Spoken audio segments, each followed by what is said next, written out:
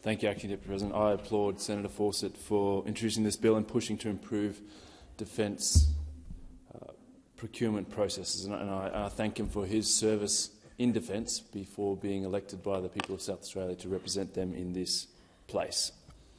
Defence is the largest procuring Commonwealth agency, tens of billions of dollars a year, as we know, and its defence spending as a proportion of GDP is often used as a marker of how seriously the government is taking national security.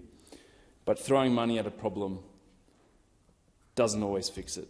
And we've heard too many stories in this place about faulty procurement processes leading to huge sums of taxpayer dollars being spent on faulty equipment.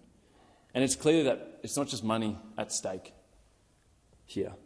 I've had concerns about the procurement of the MRH-90 Taipan raised with me by people in defence as an example of procurement gone wrong. Political decisions ahead of expert decisions having grave consequences, lethal consequences. Defence personnel who are putting their bodies on the line for us should have confidence that the equipment that they are using is the best available and has been selected using transparent processes. As other senators have highlighted, there's a long list of issues when it comes to defence procurement.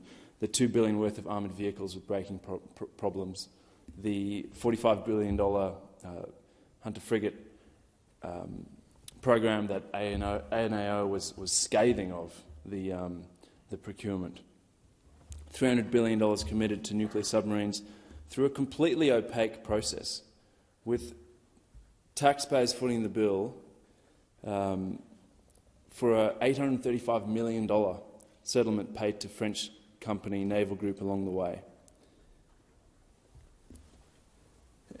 And we do this while we're told that we simply can't afford to increase the rate of welfare payments like JobSeeker to a level sufficient to lift thousands of Australian kids above the poverty line. And my point is not that we need to spend less on defence, it's that we need to waste less on failed defence procurements and spend more on genuinely building the capabilities we need. It's hard to see how more independent oversight, more rigorous risk assessments and more transparency around how decisions are made can possibly lead to worse outcomes here. Many world-leading defence capabilities are being developed in Australia. But I've been told too many stories of Aussie companies struggling to get a foot in the door with Australian government procurement, being told point blank to go win a contract overseas to prove themselves before the Australian government will consider using their products. Cutting-edge local defence companies are selling to foreign governments, but not our own, because our government deems making a bet on Aussie industry too risky. But perhaps assuming that big multinational primes can deliver better capabilities simply because we know their names is also too risky.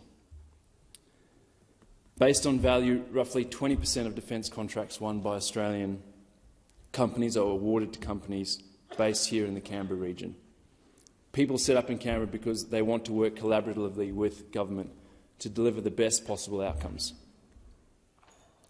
And government should be working collaboratively with them. And one way we can do this without giving rise to corrupting conflicts of interest is through independent oversight. What I'm hearing from local firms is that our defence industry is in serious danger, that there's insufficient clarity about the future pipeline of work, and that when new projects are on the table, Australian companies are being used for the bits and pieces, with big multinationals brought in to do all the heavy lifting and skim the cream off the top. I've heard from Canberra-based companies who've won R&D contracts to help support the next generation of defence tech they're developing. And when they bid for a contract to actually manufacture the products they've spent years researching and developing, they're overlooked in favour of a foreign company. Not because Australian companies are offering inferior or more expensive products, but because of an inertia in the Australian procurement system that favours big, familiar suppliers Greater oversight, assurance and transparency in defence procurement can help break that inertia, not by providing handouts, but by spending more strategically, sensibly and transparently. We need procurement reform to give our sovereign defence industry greater certainty and help local firms build with confidence into the future. I thank Senator Fawcett for his work on this and for bringing this bill to the Senate.